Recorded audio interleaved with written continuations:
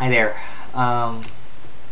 Today I want to talk about, strangely enough, some ants in my backyard.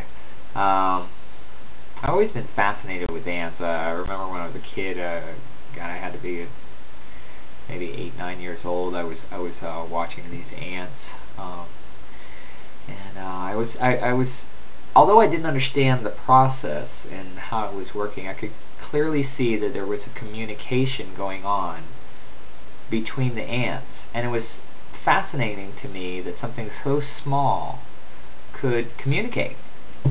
I didn't really understand the bigger significance of that, but I understood that there was a communication and exchange of information between these ants. I think at the time, I remember there was this grasshopper, and then there was this one little scout ant that saw this dead ant grasshopper, visualized it and stuff. I believe now probably took a piece of it, took it back, and then after that, then it was followed by that ant. In fact, I'm certain of it now, and since I understand the process, but and then with several other ants, and they found the little grasshopper again and stuff like that, realized it was good food, and then went back. And after that, it was just this stream of ants that just came up and tore that grasshopper apart there. I understand now that they communicate mostly through smell, but also through sound as well, and so it's very interesting with them. Today, or actually, I'm sorry, 2 days ago, I was just going to wash my car. I hadn't done that in a long time because it's been raining a lot out here in Florida, so I hadn't had a need to, because it's getting natural cleaner out there with the rain. So I went to take the hose out of my little spindle thingy, whatever you call those things, and apparently these big carpenter ants, they're pretty good size, ants, but they're not very aggressive. They're not aggressive at all. They've never tried to attack me or anything. Apparently they had made a hive, or in the little nest inside the little spindle thing.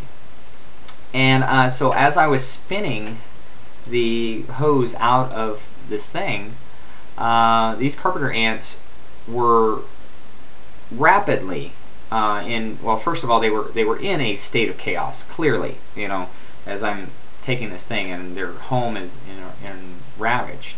But as I'm doing this, I just see larvae being dropped out there and stuff, and some jumping out with the larvae in their mouths and stuff, jumping down. I mean, just like falling. It looked like rain, just coming out like that.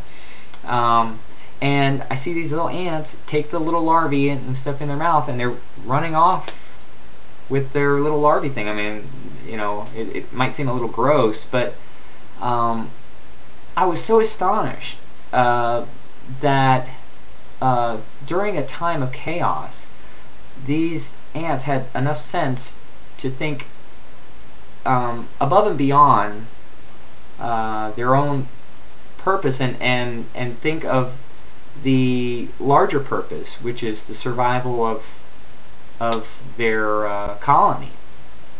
And of course the larvae are the continuation of their colony.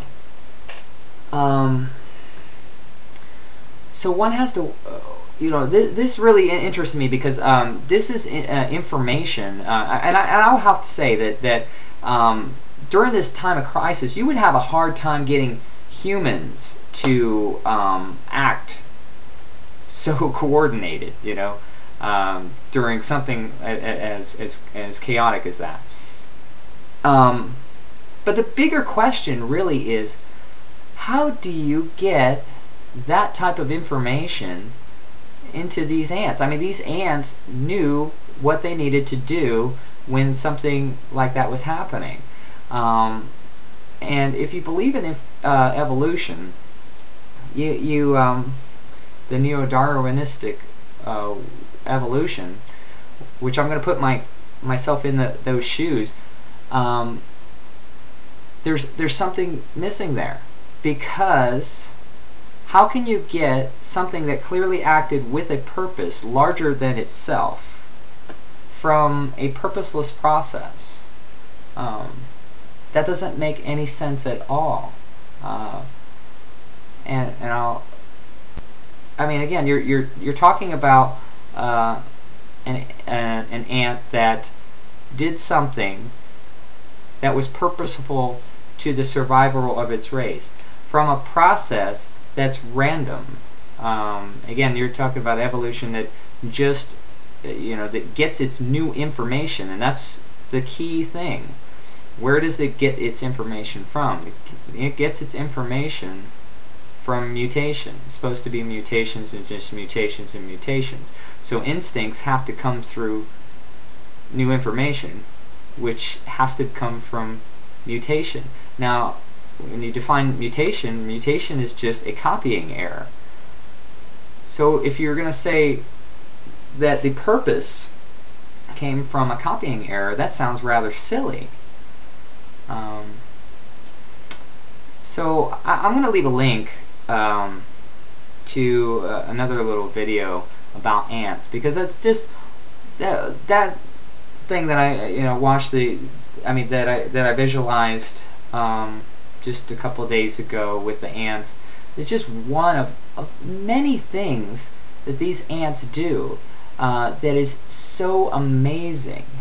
And if we were to try to, we would have a difficult time programming in the consciousness level of information that these ants have to go through. I mean, I have a difficult time explaining this, but it's like if you were to make a simulator of ant behavior, you'd have to go through several different things. It's not a random process. They're very organized, and it's all in this itty-bitty thing that's tinier than we can fit any type of information into.